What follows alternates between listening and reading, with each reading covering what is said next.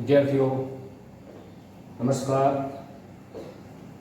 નવો ટોપિક સ્વયંસ્ફુરણા, સ્વયંભૂયિતા તરીકે પણ ઓળખવામાં આવે છે. એને આપણે આપમેળે થતી પ્રક્રિયાઓ તરીકે પણ ઓળખશું. આપમેળે, સ્વયંસ્ફુરિત, સ્વયંસ્ફુરણા, આ બધી એકની એક બાબત છે. બીજી વાત ઇંગ્લિશમાં સ્પોન્ટેનિયસ પ્રક્રિયાઓ તરીકે પણ આપણે ઓળખશું. હવે આ પ્રક્રિયાની અંદર મારે જે ખાસ તમને વાત કહેવાની છે એમાં તમે બે નિયમ ભણી ગયા છો: ઉષ્માગતિશાસ્ત્રનો શૂન્ય નિયમ અને ઉષ્માગતિશાસ્ત્રનો પ્રથમ નિયમ.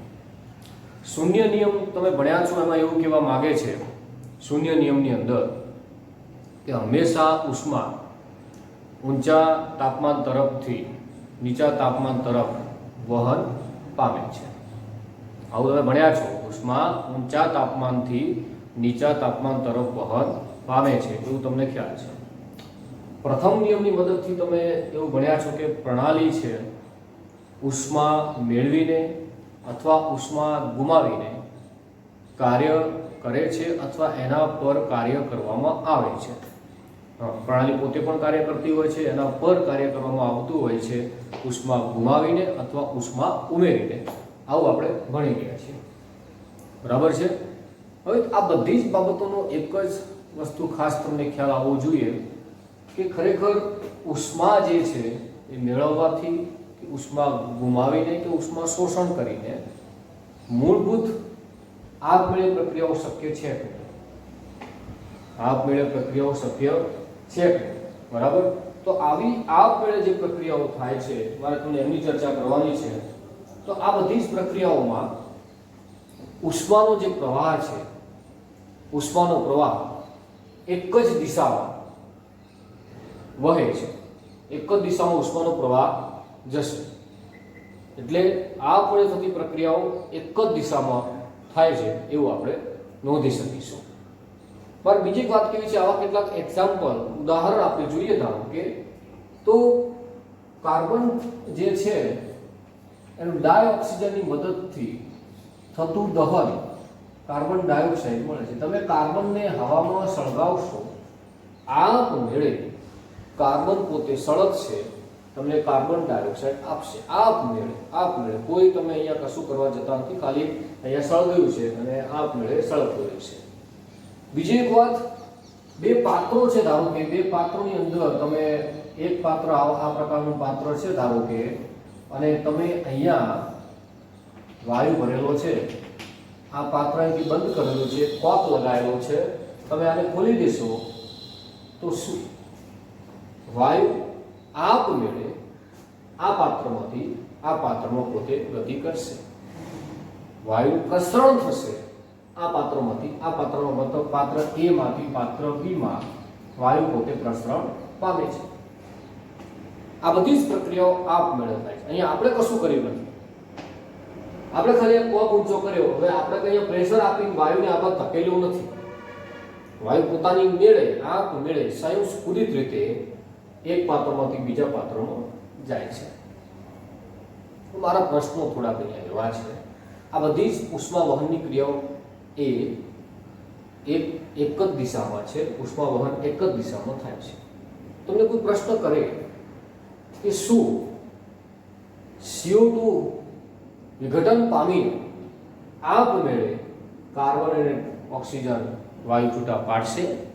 પહેલો પ્રશ્ન. શું આપમેળે તમને કશું કરવાથી CO2 માંથી તમને C અને O2 પાછા મળશે? નંબર 1. નંબર 2, બીજો ક્વેશ્ચન, આ વિસ્તરણ થઈ ગયો વાયુ, અહીંયાથી વાયુ અહીંયા સરખા વાયુ બંને થઈ ગયા. હવે શું આપમેળે વાયુ આ પાત્રમાંથી આ પાત્ર પાછો આવી અહીંયા પાછું જગ્યાઓ ખાલી શૂન્યાવકાશ કરશે? આપમેળે આવું થશે? હા, દબાણ આપી કરી શકાય. દબાણ આપી અહીંયા તો પેલું આ બાજુ વાયુ જતો રહે. ચલો, એ વસ્તુ આખી અલગ છે. એ તો દબાણ આપણે આપ્યું. આપણે વાત કરીએ છીએ આપમેળે આવું થાય, પોતાની જાતે સ્વયંસ્ફુરિત રીતે અહીંથી વાયુ પાછો એમાં ભરાઈ જવું બને ખરી? શક્ય નથી. મતલબ એવું કહી શકાય કે આ પ્રક્રિયા એક જ દિશામાં થાય છે. તમે એક જ તારણ ઉપર અહીંયા આવી શકો છો. કે જે પ્રક્રિયાઓ જે બધી છે આપમેળે થતી પ્રક્રિયાઓ એક જ દિશામાં થાય છે, અપ્રતિવર્તી થાય છે. એક જ દિશામાં એટલે કેવી કહેવાય? અપ્રતિવર્તી કહેવાશે. તો આવી પ્રક્રિયાઓ અપ્રતિવર્તી થાય છે. યાદ રાખજો, સ્વયંસ્ફુરિત પ્રક્રિયાઓ અપ્રતિવર્તી રીતે થાય છે અને પ્રતિવર્તી કરવી હોય તો કોઈ બાહ્ય કારક તમારે લગાવવો પડે. કયો લગાવવો પડશે? બાહ્ય કારક. બાહ્ય કારક મતલબ બાહ્ય દબાણ, તાપમાન આવું તમારે લાગુ પાડવું પડે તો બાહ્ય કારકની હાજરીમાં પ્રક્રિયા પ્રતિવર્તી થઈ શકે છે. પણ આપમેળે પ્રક્રિયા હોય તો એ અપ્રતિવર્તી જ હોય, એક જ દિશામાં થાય, પાછી રિવર્સ પ્રક્રિયા થઈ શકતી નથી. પ્રક્રિયા પાછી પ્રતિવર્તી કરવી હોય તમારે બાહ્ય કારક લગાવવું પડશે, તો જ પ્રક્રિયા પ્રતિવર્તી થશે. બીજું એક ઉદાહરણ આનું ભણીશું, પણ આના આધારે સ્વયંસ્ફુરિત પ્રક્રિયાઓનો આપણે 3 પ્રશ્નો ઉદ્ભવે છે. એ 3 પ્રશ્નો કંઈક આવા છે કે સ્વયંસ્ફુરિત જે પ્રક્રિયાઓ થતી હોય એના ફેરફારોનું પ્રેરક બળ કોણ છે? જે ફેરફારો થાય છે એને પ્રેરણા કોણ આપશે? પ્રેરક બળ કોણ છે? નંબર 2, આવી જે સ્વયંસ્ફુરિત ફેરફાર થતા હોય એની દિશા કોણ નક્કી કરશે? કઈ દિશામાં જાય છે કઈ રીતે ખબર પડે? બરાબર, એના કેટલાક આપણે જે પોઈન્ટ છે ભણવાના જ થશે. પ્રક્રમ થશે કે નહીં એનું અભિલક્ષણ પણ તમને સમજાવશે. તો આવા 3 પ્રશ્નોનો આપણે જવાબ મેળવવાના થાય. બરાબર, સૌપ્રથમ તમને વાત કરું નાઇટ્રોજન અને ઓક્સિજન. નાઇટ્રોજન અને ઓક્સિજન વાતાવરણમાં છે. બરાબર, આપણા વાતાવરણમાં નાઇટ્રોજન ઓક્સિજન રહેલા છે. લગભગ નાઇટ્રોજન 78% છે, 78%, ઓક્સિજન 21% છે વાતાવરણમાં છે. વિપુલ પ્રમાણમાં આ બંને વાયુનું પ્રમાણ છે. આ બંને વાયુ ધીમે ધીમે એકબીજા સાથે પ્રક્રિયા કરશે. ધીમે ધીમે 1 year 2 year આટલો ટાઈમ લાગી શકે, પણ ધીમે ધીમે એકબીજા સાથે અત્યંત ધીમી પ્રક્રિયા છે. હા, કોઈ બાહ્ય કારક લાગુ પાડો મતલબ વીજળી જો થાય તો ઝડપથી 2 વાયુઓ જોડાઈ જશે. તમને NO2 એવો કોઈ પદાર્થ તમને આપી શકે છે, નાઇટ્રોજન ઓક્સાઇડ તમને આપશે. બરાબર, ક્યારે? જ્યારે કોઈ બાહ્ય કારક લાગુ પાડીએ ત્યારે. પણ બાહ્ય કારક લાગુ પડતા નથી તો પ્રક્રિયા આપમેળે અત્યંત ધીમી રીતે આ બંને વાયુ એકબીજામાં મિશ્ર થયા કરશે. પ્રક્રિયા અત્યંત ધીમી છે. પણ પ્રક્રિયા ધીમી હોય કે પ્રક્રિયા ઝડપી હોય, આપમેળે થતી હોય તો આપમેળે જ કહેવાય. બાહ્ય કારક લાગુ પડે એ આખી અલગ વસ્તુ છે. આપમેળે પ્રક્રિયા થાય છે એ આપણે નોંધ કરવાની થાય. એક વસ્તુ આ. બીજી વસ્તુ, અહીંયા પ્રક્રિયાનો દર કે નિપજ કેટલી મળશે એનો કોઈ મહત્વ નથી. કેટલી નિપજ મેળવવાની છે, કેટલોનો વેગ છે, કોઈ એની વાત કરવાની નથી. આપણે એક જ વસ્તુ ધ્યાન રાખવાનું, પ્રક્રિયા આપમેળે થાય છે. યસ, બસ એ આપણે નોંધ કરવાની છે. તો અહીંયા એ પણ વસ્તુ છે કે બાહ્ય કારક હોય તો પ્રક્રિયા ઝડપી થાય કે ધીમી થઈ શકે, પ્રતિવર્તી થઈ શકે. પણ બાહ્ય કારક નથી એટલે પ્રક્રિયા આપમેળે થાય છે એવી આપણે નોંધ કરીશું. હવે આના પરથી કેટલાક પ્રશ્નો એ છે કે એક નવો પ્રશ્ન ઉદ્ભવે કે એન્થાલ્પીમાં ઘટાડો પ્રક્રિયાની સ્વયંસ્ફૂર્ણા માટેનું અભિલક્ષણ છે. આમાં જોઈએ જરા, એન્થાલ્પીમાં ઘટાડો પ્રક્રિયાની સ્વયંસ્ફૂર્ણા માટેનું અભિલક્ષણ છે. મતલબ એવું કહેવા માંગે છે કે એન્થાલ્પી જો ઘટે, સ્થિતિ ઉર્જા ઘટે, બરાબર, તો પ્રક્રિયા સ્વયંસ્ફુરિત રીતે થાય છે એવું કહેવા માંગે છે. પ્રશ્નાર્થ ચિહ્ન છે એવું દર્શાવે કે શું એન્થાલ્પીમાં ઘટાડો થાય એ પ્રક્રિયાની સ્વયંસ્ફૂર્ણા માટેનું અભિલક્ષણ છે? પ્રશ્ન એવો કર્યો છે. તો છે કે નહીં આપણે સાબિત કરવા જઈએ છીએ. એક વસ્તુ ધ્યાન રાખજો, એન્થાલ્પીમાં ઘટાડો મતલબ સ્થિતિ ઉર્જામાં ઘટાડો. તો તમે જરા વિચાર કરીને જવાબ આપજો. પાણી હંમેશા ઊંચી સપાટીથી નીચે સપાટી તરફ આવશે. ઉપર પાણી હોય ત્યાંથી નીચે તરફ પાણી વહે જ છે. એવી રીતે પથ્થર ઊંચા જે ઉપર તરફ પથ્થર હોય તે ગબડીને નીચે તરફ આવે છે. મતલબ ઉપરથી નીચે આવો તો સ્થિતિ ઉર્જા ઘટે છે. બરાબર, એન્થાલ્પી ઘટે છે. પ્રક્રિયામાં જે એન્થાલ્પીમાં ઘટાડો થવો મતલબ ઉષ્મા શેપક પ્રક્રિયા. તો એન્થાલ્પી ઘટે છે એનો મતલબ એવો કે પ્રક્રિયા ઉષ્મા શેપક છે. તો આવી કોઈ પણ પ્રક્રિયાઓ કે જેમાં એન્થાલ્પીમાં ઘટાડો થતો હોય બધી ઉષ્મા શેપક છે. તેમ મતલબ એવો કે એન્થાલ્પીમાં ઘટાડો થવો એટલે પ્રક્રિયા ઉષ્માક્ષેપક થવી એ સંયોજપૂર્ણા માટેનું અભિલક્ષણ છે એવું કહેવા માંગે છે. તો તમે જોઈએ કે આવી કેટલીક પ્રક્રિયાઓ છે કે જેમાં એન્થાલ્પીમાં ઘટાડો જોવા મળે. તમે જોઈ શકો છો આ જે પ્રક્રિયાઓ છે એન્થાલ્પીમાં ઘટાડો દર્શાવે છે. તમે જોઈ શકો છો 1/2 N2 3/2 H2 NH3 મળે છે, અહીંયા HCl મળે છે, H2O મળે છે. બધામાં તમે જો એન્થાલ્પી ઘટી છે તો ઘટાડો દર્શાવે છે એવું કહેવા માંગે છે આ બધી જ પ્રક્રિયાઓ સ્વયંસ્ફુરિત થઈ છે. આ બધી જ પ્રક્રિયાઓ આપમેળે થઈ છે. તેને એન્થાલ્પીમાં ઘટાડો દર્શાવે તો પ્રક્રિયાઓ બધી આપમેળે થાય છે.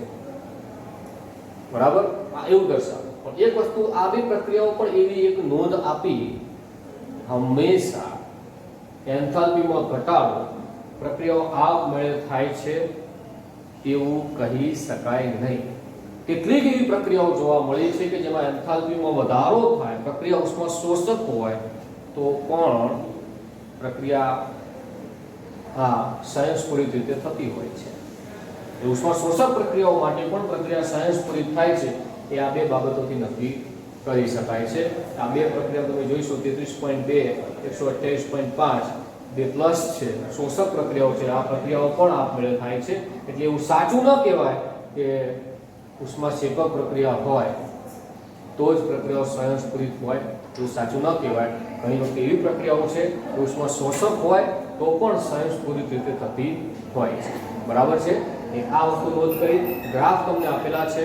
ગ્રાફ તમારે અહીંયા આટલો સમજવાનો છે કે ડેલ્ટા H બરાબર Hp માઇનસ HR. Hp વધારે હોય, નિપજની એન્થાલ્પી વધારે હોય તો ડેલ્ટા H તમને પોઝિટિવ મળશે.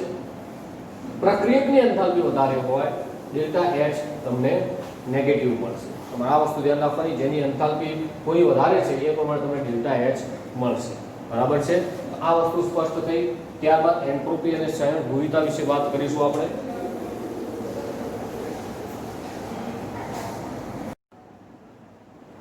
વિદ્યાર્થી મિત્રો, એન્ટ્રોપી અને સ્વયંસ્ફુરણા, બરાબર, એના વિશે ચર્ચા કરી આપણે અગાઉ. એન્થાલ્પી અને સ્વયંસ્ફુરણા આપણે જોઈ લીધી અભિલક્ષણ. એવું જ અભિલક્ષણ અહીંયા છે કે એન્ટ્રોપીમાં વધારો સ્વયંસ્ફુરણાનું અભિલક્ષણ છે.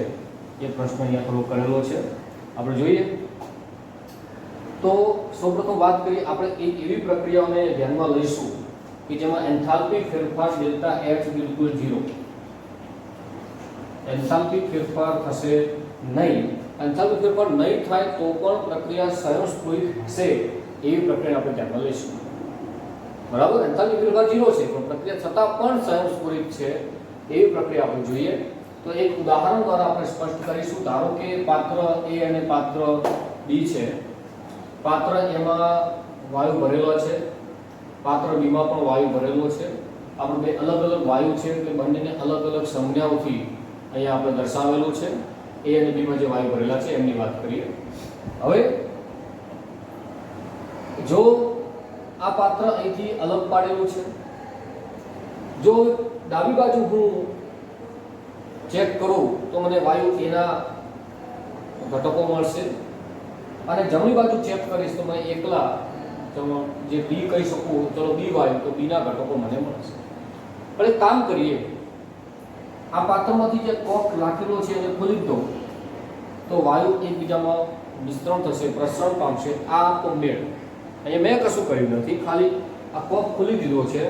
તાપમાન દબાણ કશું વધાર્યું નથી, પણ આપમેળે વાયુ એકબીજામાં મિશ્રણ થશે. મિશ્રિત થયેલી પરિસ્થિતિ તમને દેખાય જ છે. હવે જરા એમ આપણે બોલી શકીએ કે સાહેબ એ બાજુ ધારો કે હું જોઉં, ડાબી બાજુ જોઉં તો ડાબી બાજુ જોતા મને શું મળે તો કે મિશ્રણ વાયુનું મળશે, એકલો વાયુ મળશે નહીં. જમણી બાજુ મને એકલો વાયુ નહીં મળે.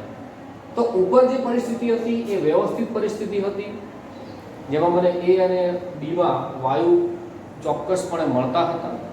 પણ અહીંયા પરિસ્થિતિ આખી બદલાઈ ગઈ. મતલબ કે અહીંયા અવ્યવસ્થા વધી ગઈ, અસ્તવ્યસ્તતા વધી ગઈ છે. દેખાય જ છે. તો અહીંયા કયો વાયુ ક્યાં મળશે કોઈ ખ્યાલ નથી.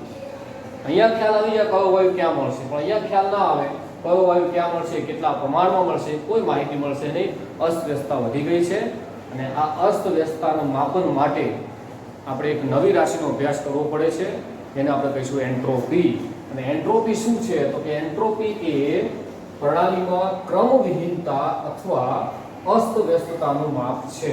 એન્ટ્રોપી પ્રણાલીમાં ક્રમવિહીનતા અથવા અસ્તવ્યસ્તતાનું માપ છે. તમે અસ્તવ્યસ્તતા દર્શાવવી હોય તો એન્ટ્રોપી વડે તમે દર્શાવી શકશો.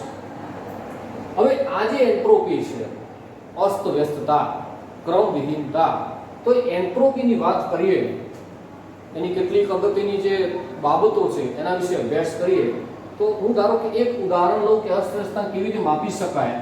તો ધારો કે એક કાગળ છે અને એ કાગળ ઉપર હું આવા 4 ખાના બનાવી દઉં છું. 1 2 3 4 ખાના બનાવી દઉં, બરાબર.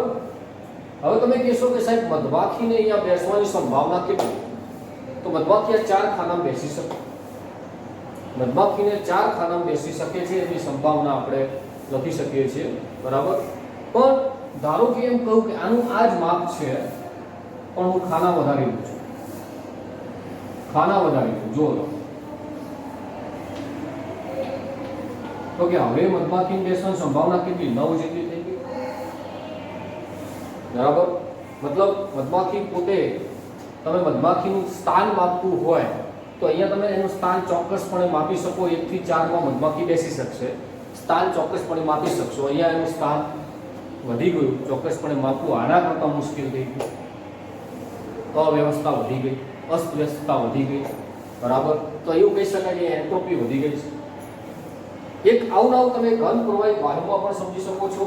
ઘન પ્રવાહી વાયુ, બરાબર. ઘન પ્રવાહી વાયુના અણુની વાત કરું છું. ધારો કે 3 પાત્રો છે, આવા 3 પાત્રોમાં 3 ઘન પ્રવાહી વાયુ ભરી દો. આની અંદર ધારો કે ઘન કણો ભરું છું, તો ઘન કણો આ ભર્યા, તો ઘન કણો એકબીજા સાથે નિશ્ચિત આકાર, નિશ્ચિત કદ સાથે જોડાયેલા હોય છે. આની અંદર પ્રવાહી ભરું છું, નિશ્ચિત કદ હોતું નથી, સોરી નિશ્ચિત આકાર હોતો નથી, કદ નિશ્ચિત હોય છે. જ્યારે અહીંયા વાયુના કણો તમે જોઈ શકો છો તો અહીંયા વ્યવસ્થિત છે, વ્યવસ્થા છે. ઘનની અંદર પ્રવાહીમાં વ્યવસ્થા થોડી ઓછી થઈ અને વાયુમાં વ્યવસ્થા એકદમ ઓછી થઈ ગઈ. કણો અહીંયા વ્યવસ્થિત ગોઠવાયેલા છે, ચોક્કસ ક્રમબદ્ધ ગોઠવાયેલા છે. માટે અહીંયા ક્રમ એટલે ક્રમબદ્ધતા ધરાવે છે, વ્યવસ્થા ધરાવે છે. એન્ટ્રોપી ઓછી હોય, મતલબ ઘન પદાર્થની એન્ટ્રોપી ઓછી. પ્રવાહીની વાત કરું, થોડી ક્રમબદ્ધતા ઓછી થઈ છે, વ્યવસ્થા થોડી ઓછી થઈ છે, તો અહીંયા એન્ટ્રોપી થોડીક વધી. વાયુમાં તમે જોઈ શકો છો એન્ટ્રોપી સૌથી વધુ છે. કણો વ્યવસ્થિત ગોઠવાયેલા નથી, પણ અસ્તવ્યસ્ત ગોઠવાયેલા છે. અસ્તવ્યસ્તતા વધુ છે, અવ્યવસ્થા વધુ છે, ક્રમવિહીનતા વધુ છે, એન્ટ્રોપી વધારે છે. નક્કી કરી શકાય, આરામથી નક્કી કરી શકાય. બીજી એક બાબત, ધારો કે એક પાત્રની અંદર પાણી ભરીએ, એક પાત્રમાં પાણી ભરીએ, ધારો કે પાણી ભર્યું છે, બરાબર. નોંધવા જેવી બાબત છે, ધ્યાન રાખજો કે એક કોઈ પાત્ર છે, હવે આ એક એવું પાત્ર છે જેમાં આપણે પાણી ભર્યું છે અને એન્ટ્રોપી કઈ રીતે ઉષ્મા ફેરફાર સાથે સંકળાયેલ છે એ આપણે જોવાનું છે. ઉષ્મા ફેરફાર સાથે એન્ટ્રોપી કઈ રીતે સંકળાયેલ છે આપણે જોવાનું છે, બરાબર. તો આ પાત્ર છે, એની અંદર કણો, ચલો નીચા તાપમાને કણો ગોઠવાયેલા છે આપણે કહી શકીએ. આપણે કામ કરીએ, અહીંયા ઉષ્મા આપીએ, ઉષ્મા દાખલ કરીએ, વિચારજો, બરાબર. ઉષ્મા દાખલ કરો તો અહીંયા કણોની ગતિમાં વધારો થયો. કણો ઉષ્મા આવતા કણો ગતિ કરવા લાગશે, કણોની ગતિમાં વધારો થયો, કણોની અથડામણ વધશે. અથડામણ વધે એટલે ચલો જોજો કયું કયું વધે છે. ઉષ્મા દાખલ કરતા આપેલ પ્રણાલીમાં ઉષ્મા દાખલ થતા શું? તો કે ગતિમાં વધારો થયો, કણોની ગતિમાં વધારો થયો. નંબર 1 કણોની ગતિમાં વધારો થયો. નંબર 2 અથડામણ વધે, કણોની અથડામણ વધે. અસ્તવ્યસ્તતા, અવ્યવસ્થા, અસ્તવ્યસ્તતા વધે છે, અવ્યવસ્થા વધે છે, એન્ટ્રોપી વધે છે. અવ્યવસ્થા વધે, એન્ટ્રોપી વધે છે. મતલબ તમે ઉષ્મા ઉમેરતા, ઉષ્મા વધારો છો ત્યારે એન્ટ્રોપી વધે છે એવું નક્કી કરી શકો છો. એટલે કે ઉષ્મા અને એન્ટ્રોપી એકબીજાના સમપ્રમાણમાં થાય. એન્ટ્રોપી જે ફેરફાર થાય છે એ ઉષ્માના સમપ્રમાણમાં હોય છે. અથવા ઉષ્માનો જે ફેરફાર કરીએ છીએ, ઉષ્મા ઉમેરીએ છીએ અથવા ઉષ્મા દૂર કરીએ ત્યારે એ એન્ટ્રોપી ફેરફાર જેટલો હોય છે. એટલે ડેલ્ટા એસ ચલે છે ક્યુ તમે કહી શકો છો, એના જેટલો જ થાય છે ફેરફાર, એના સરખા જેટલું આપણે કહી શકીએ છીએ. હવે પણ કે સાહેબ ઉષ્મા એટલી નક્કી કરી શકાતું, કેમ કે ઉષ્માનું જે વિતરણ છે, ઉષ્માનું વિતરણ તો તાપમાન પર આધારિત છે. ઉષ્માનું વિતરણ તાપમાન પર આધારિત છે, એટલે તમારે તાપમાનની વાત કરવી પડે. ઉષ્માનું વિતરણ તાપમાન પર આધારિત છે, એટલે તાપમાનની વાત કરવી પડે કે સાહેબ તાપમાનમાં કેવો ફેરફાર. તો આ એવું જ સેમ છે, અહીંયા કોઈ નવું નથી. નીચું તાપમાન હોય તો એન્ટ્રોપી ઓછી હોય. તાપમાન વધારી દો તો તમને ખ્યાલ છે તાપમાન વધારતા અણુઓ ગતિ કરવા લાગશે, અથડામણ વધી જશે, એન્ટ્રોપી વધી જશે. નીચા તાપમાને એન્ટ્રોપી ઓછી હોય, ઊંચા તાપમાને એન્ટ્રોપી વધારે હોય. પરંતુ એક પોઈન્ટ અગત્યનો એ કહેવા માંગુ છું કે તાપમાન જો નીચું હોય અને એ વખતે ઉષ્મા આપો, નીચા તાપમાને ઉષ્મા આપવાથી જે એન્ટ્રોપી વધારો થતો હોય, ઊંચા તાપમાને ઉષ્મા આપવાથી જે એન્ટ્રોપી વધારો થાય એના કરતાં નીચા તાપમાને તમે જે ઉષ્મા આપો એમાં એન્ટ્રોપી વધારે વધશે. મતલબ સરખી સમાન પરિસ્થિતિ હોય, તમે નીચું તાપમાન હોય અને નીચા તાપમાન ધરાવતા જો પ્રણાલીને તમે ઉષ્મા આપશો અને જે એન્ટ્રોપી વધે, ઊંચા તાપમાને ઓલરેડી એન્ટ્રોપી તો છે જ, વધારે છે એન્ટ્રોપી, અને તમે ત્યાં ઉષ્મા આપશો તે એન્ટ્રોપી વધારો બહુ ઓછો થશે. પણ નીચા તાપમાન વાળા તમે ઉષ્મા આપશો તો એન્ટ્રોપી વધારે વધશે. એટલે એવું કહી શકાય કે તાપમાન છે એન્ટ્રોપીના ફેરફારના વ્યસ્ત પ્રમાણમાં થાય. તાપમાન એન્ટ્રોપી ફેરફારના વ્યસ્ત પ્રમાણમાં થાય. કેમ કે નીચું તાપમાન હોય અને ઉષ્મા આપીએ તો એન્ટ્રોપી ફેરફાર વધારે થશે, પણ તાપમાન ઊંચું કરીએ અને ઉષ્મા આપીએ એન્ટ્રોપી ફેરફાર બહુ ઓછો થાય. મતલબ ઊંચા તાપમાને એન્ટ્રોપી ફેરફાર ઓછો થાય છે, એટલે એન્ટ્રોપી ફેરફાર અને તાપમાન એકબીજાના વ્યસ્ત પ્રમાણ થયું. એટલે હું આવું લખી શકું સૂત્ર કે ડેલ્ટા એસ એન્ટ્રોપી ફેરફાર બરાબર ક્યુ રિવર્સિબલ પ્રતિવર્તી પ્રક્રિયા માટે તાપમાન અહીંયા નીચે વ્યસ્ત પ્રમાણ સૂત્ર મને મળ્યું. ડેલ્ટા એસ બરાબર ક્યુ રિવર્સિબલ અપોન ટી. ક્યુ રિવર્સિબલ અપોન ટી, ઉષ્મામાં થતો ફેરફાર તાપમાન ડેલ્ટા એસ આપણે આ રીતે મૂકી શકીએ છીએ. સૂત્ર આવું આવશે. ધ્યાન રાખજો, આ સૂત્રનો ખૂબ જ ઉપયોગ કરવાનો થશે આપણે. હવે અહીંયા જે તમને એન્ટ્રોપીનું સૂત્ર મળ્યું છે ડેલ્ટા એસ બરાબર ક્યુ રિવર્સિબલ અપોન ટી મળ્યું છે, તો એન્ટ્રોપી ફેરફાર તમે જુદી જુદી રીતે નક્કી કરી શકો છો. તમે પ્રણાલી અને પર્યાવરણ વચ્ચે ઉષ્માની આપ-લે દ્વારા પણ એન્ટ્રોપી ફેરફાર નક્કી કરી શકો છો. પ્રણાલી અને પર્યાવરણ વચ્ચે ઉષ્માની આપ-લે દ્વારા ધારો કે ડેલ્ટા એસ ટોટલ આપણે માપવું છે. ડેલ્ટા એસ ટોટલ આપણે માપવું છે. 2 મિનિટ.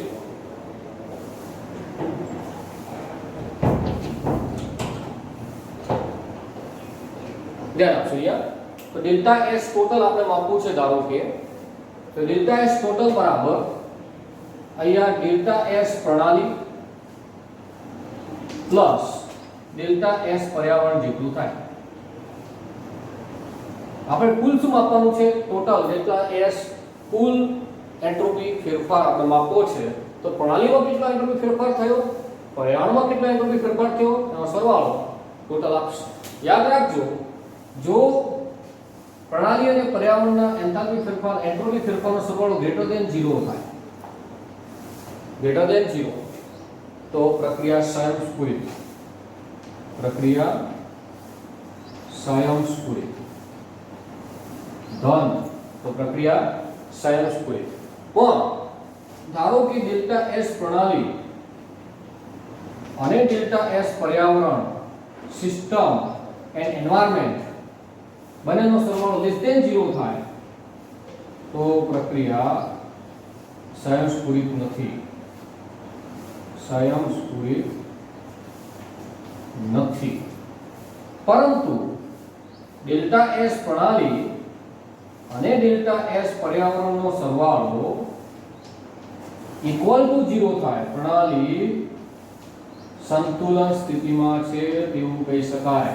પ્રણાલી સંતુલનમાં છે એવું તમે નોંધ કરી શકશો. યાદ રાખજો, ક્યારે સ્વયંસ્ફુરિત હોય, ક્યારે સ્વયંસ્ફુરિત ના હોય, ક્યારે સંતુલનમાં હોય, અહીંયા ધ્યાન રાખજો. એટલે પ્રણાલી અને પર્યાવરણનો સરવાળો, એન્ટ્રોપી ફેરફારનો સરવાળો 0 થાય તો પ્રણાલી સંતુલનમાં હોય. પ્રણાલી સંતુલનમાં હોય એ વખતે એન્ટ્રોપી મહત્તમ હોય, એન્ટ્રોપી મહત્તમ હોય, ડેલ્ટા S 0 લખીશ. એન્ટ્રોપી ફેરફાર 0, એન્ટ્રોપી મહત્તમ ડેલ્ટા S હું 0 લખીશ. ધ્યાન રાખજો, ડેલ્ટા S 0 થશે. તો આ બાબત તમારા મગજમાં ક્લિયર થઈ હશે, બરાબર છે. તમે અહીંયા સૂત્ર તમારા મગજમાં ક્લિયર થયું. સિસ્ટમ વાળું સૂત્ર પણ તમે લખી શકો છો. અહીંયા હું સિસ્ટમ કરતો, પ્રણાલી કરતો, તો અહીંયા એક પ્રણાલી કરવાની છે મારે. પ્રણાલી, અહીંયા પ્રણાલી. પર્યાવરણ હોય તો અહીંયા પર્યાવરણ કરવાનું, અહીંયા પર્યાવરણ કરવા તમે ડેલ્ટા S નોંધ કરી શકશો. આ સૂત્રની મદદથી તમે ડેલ્ટા S પ્રણાલી, ડેલ્ટા S પર્યાવરણ તમે શોધી શકશો.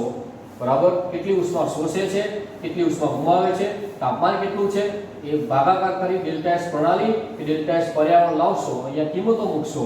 ડેલ્ટા S ટોટલ તમે નક્કી કરી પ્રણાલી પ્રક્રિયા સ્વયંસ્ફુરિત છે કે પ્રક્રિયા સ્વયંસ્ફુરિત નથી નક્કી કરી શકશો. 0 આવે પ્રણાલી સંતુલન સ્થિતિમાં છે તમે નક્કી કરી શકશો. એકદમ સિમ્પલ છે, આવડે એવું છે. એટલે આ સૂત્રની અહીંયા બહુ જ ઉપયોગમાં આવશે. એક બીજી અગત્યની બાબત, તમે ડેલ્ટા U વાળું જ્યારે ભણતા હતા, ડેલ્ટા U વાળું Q + W વાળું સૂત્ર તમને યાદ હશે. એમાં પ્રતિવર્તી અને અપ્રતિવર્તી પ્રક્રમ માટે તમે સૂત્રો જ્યારે લખતા હતા કે સાહેબ પ્રતિવર્તી અપ્રતિવર્તી માટે આવા કંઈક સૂત્રો હતા, -2.303 nRT ln જે સમથિંગ V2/V1 હતું, આવું કંઈક સૂત્ર હતા. આ ક્યારે સૂત્રો મળતા હતા? જ્યારે ડેલ્ટા U = 0, આંતરિક ઊર્જા ફેરફાર 0 હોય. એટલે કે પ્રતિવર્તી પ્રક્રમ કે અપ્રતિવર્તી પ્રક્રમ હોય, આંતરિક ઊર્જાની મદદથી એ પ્રતિવર્તી અપ્રતિવર્તી અલગ પડી શકતા નથી. તમે અલગ નહીં પાડી શકો. આંતરિક ઊર્જા ફેરફારની મદદથી તમે પ્રક્રિયા પ્રતિવર્તી છે કે અપ્રતિવર્તી છે તમે અલગ પાડી શકતા નથી. એન્ટ્રોપીની મદદથી તમે અલગ પાડી શકશો. આ વસ્તુ છે, આપણે જોઈશું કઈ રીતે અલગ પડે છે નેક્સ્ટ ટાઈમે. બરાબર છે. તો એન્ટ્રોપી પોઈન્ટ અહીંયા પૂરો થાય છે.